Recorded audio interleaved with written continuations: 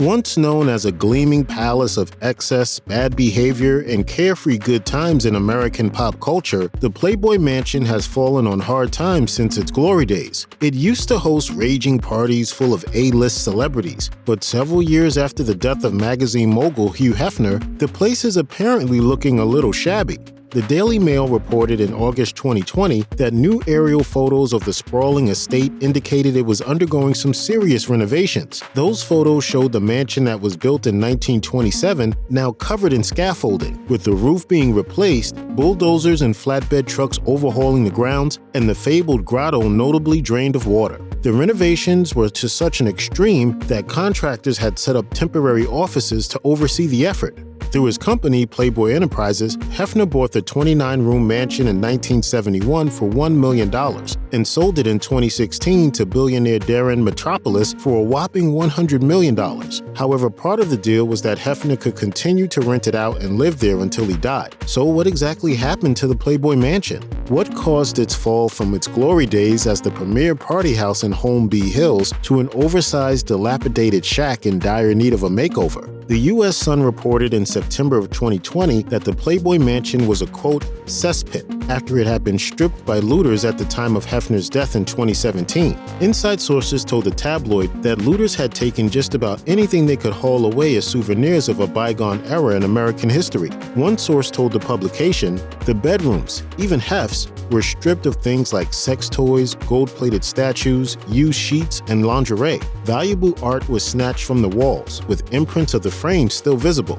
Looters also managed to get away with the patio furniture and even pried pieces of rock from the landscaping. The only place in the house that was spared was Hugh's game room, as it's believed that things like the pinball machines were too big to be hauled away. And this is the game room, filled with a lot of very attractive people.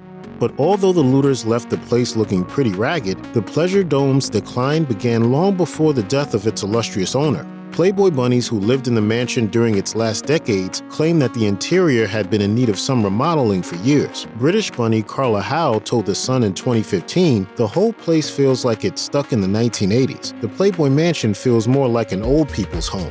Los Angeles public health officials even found the bacteria that causes Legionnaire's disease in the swimming pool in 2011 after over 120 people got sick following a party at the infamous estate.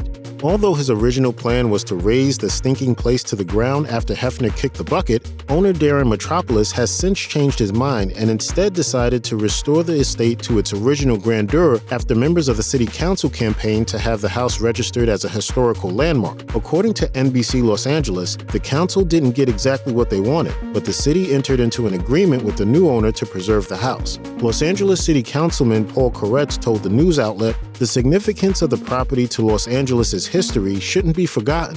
We are pleased that Mr. Metropoulos shares our respective interest in protecting the architectural visionaries of the past that will permanently benefit all lovers of Los Angeles history."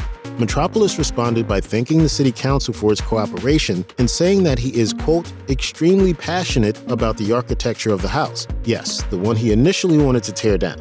Who knows what the billionaire who lives next door initially had in mind, but he now says the renovations will connect his estate to the former Playboy Mansion. Metropoulos told NBC News, "As Mr. Hefner was aware, I plan to meticulously refurbish the property with the highest quality and standards in mind."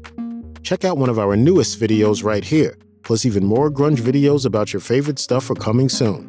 Subscribe to our YouTube channel and hit the bell so you don't miss a single one.